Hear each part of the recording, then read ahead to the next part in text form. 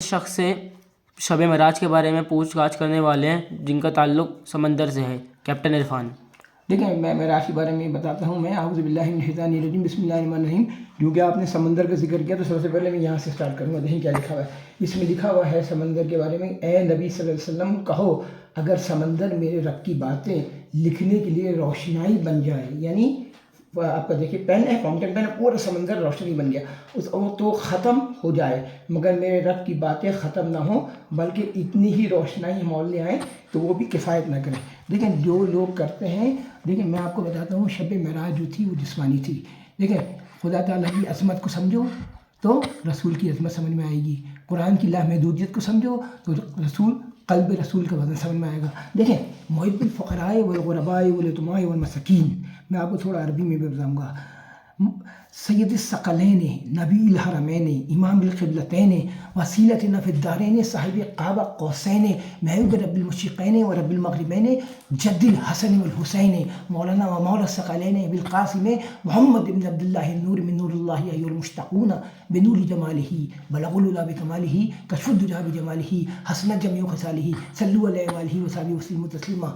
دیکھیں سب اللہ تعالیٰ نے جب یہ سورہ آپ کا نازل ہوئی تھی نا ایسا، تو اس میں کیا تھا؟ سبحان الذی، دیکھیں اس میں اللہ تعالیٰ نے خود ہی ارشاد کر دیا تھا قرآن میں کہ سبحان الذی اسریٰ بعبدہ، پاک ہی وہ ذات جو لے گئی اپنے بندے کو لیلم، رات کے تھوڑے سے حصے میں، من المسجد الحرام الی المسجد اقصی، مطلب سیر کرائی اپنے بندے کو مسجد حرام سے مسجد اقصی کی طرف۔ ابھی تک کہیں بھی نوری ہی کا ذکر نہیں آیا ہے، ابھی تک کہیں بھی نہیں نور کا ذکر ہے، ٹھیک ہے؟ اللہ تعالیٰ اور رسول نور ہے، مگر رسول کو جسم بھی دیا گیا تھا، تو یہ پورا بے عبدہی کا مطلب یہ پورا جسمانی چل رہا ہے، ٹھیک ہے؟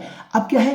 الذی بارکنا حولہ، ٹھیک ہے؟ وہ مسجد اقصی جس کے آس پاس برکتیں ہیں، لنوریہ من آیاتنا انہ ھو السمیع البصیر، ٹھیک ہے سب؟ یعنی برکت والی جگہ بھی ہے اور بے شک اللہ تعالیٰ سننے والا اور دیکھنے والا ہے۔ دیکھیں اگر فرض کر لیں نور کا ذکر ہوتا تو لوگ یہ سمجھتے، دیکھیں یہاں پہ بے عبدہی کا ذکر ہے، یہ جسمانی تھی، ٹھیک ہے سب؟ بہت سے لوگ ہیں وہ اعتراض کرتے ہیں کیونکہ دیکھیں ان کو پتہ ہی نہیں ہے، ان کو روحانیت کی الف بے نہیں پتہ ہے۔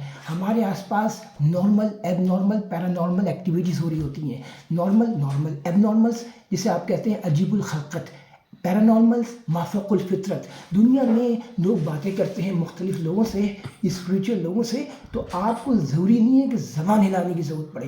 حضرت علی نے کیا کہا تھا کہ میں زمین کے راستوں سے زیادہ آسمان کے راستے جانتا ہوں، تو مطلب یہ کہ میں نے اپنے رب کو کیسے نہیں پہچانا جس کو میں نے دیکھا نہیں ہوں۔ انسان کے پاس بہت سی آنکھیں ہوتی ہیں، چھٹی حص بھی ہوتی ہے، ساتویں حص بھی ہوتی ہے، مافوق الفطرت ہستیوں سے باتیں کرتے وقت آپ کو ایسے بات چیت ہوتی ہے۔ اللہ تعالیٰ آپ کی سب باتیں سنتا ہے، جواب دیتا ہے، 7 پردے ہیں، ٹھیک ہے نا؟ 7 پردے آپ نہیں سن سکو گے کہ اللہ تعالیٰ آپ کو جواب دے رہا ہے، آپ کی دعائیں قبول ہو رہی ہیں نا؟